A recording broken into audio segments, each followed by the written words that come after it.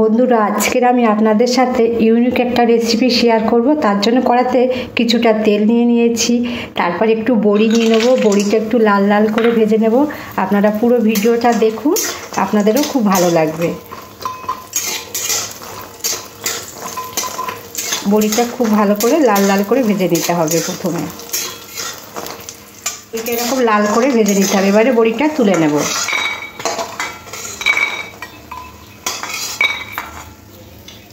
এরপরে তেলের মধ্যে দিয়ে দেবো 4খানা শুকনো লঙ্কা। লঙ্কাটা একটু লাল করে ভাজতে হবে।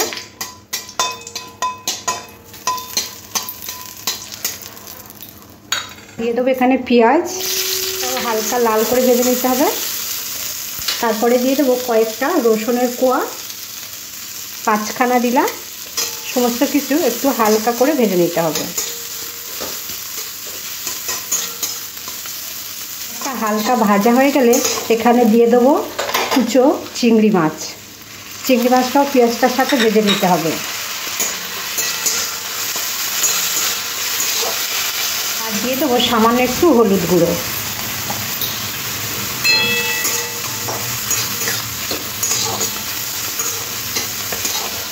দেখুন বন্ধুরা, চিংড়ি মাছ, পেঁয়াজ সব কিছু খুব ভালো করে ভাজা হয়ে গেছে।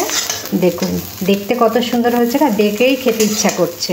এবার গ্যাসটা অফ করে দেবো। এখন একটু বাকি আছে, বাকিটাও আপনাদেরকে আমি দেখিয়ে দেব।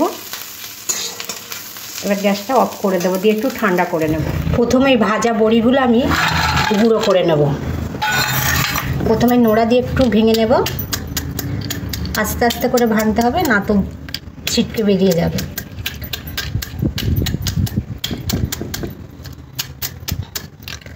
এরপরে বড়িগুলো গুঁড়ো করে নেব।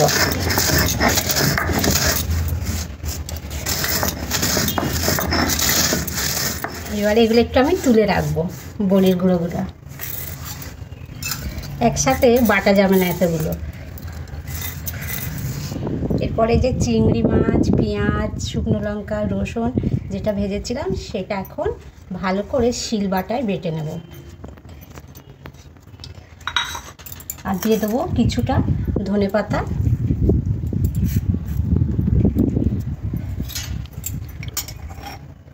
আর নুন দিয়ে দেবো স্বাদ অনুযায়ী।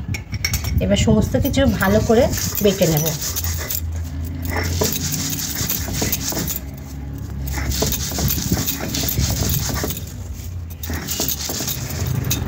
এই দেখুন চিংড়িটা খুব ভালো করে বাটা হয়ে গেছে। এরপরে দিয়ে দেবো এখানে সেই বড়িটা দিয়ে আরও একবার খুব ভালো করে বেটে নিতে হবে।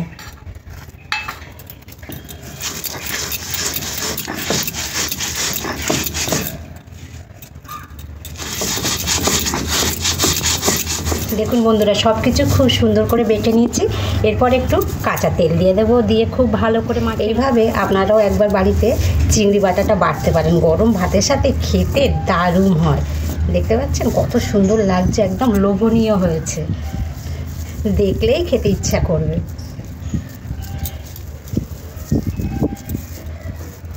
দেখ দেখ কেমন লাগছে বলতো।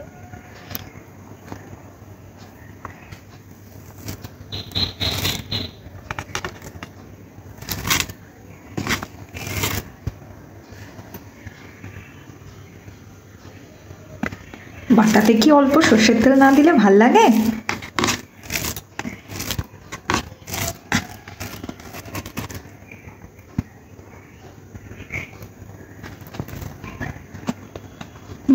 দারুণ হয়েছে মা, রেসিপিটা একদম ফাটাফাটি জমে গেছে।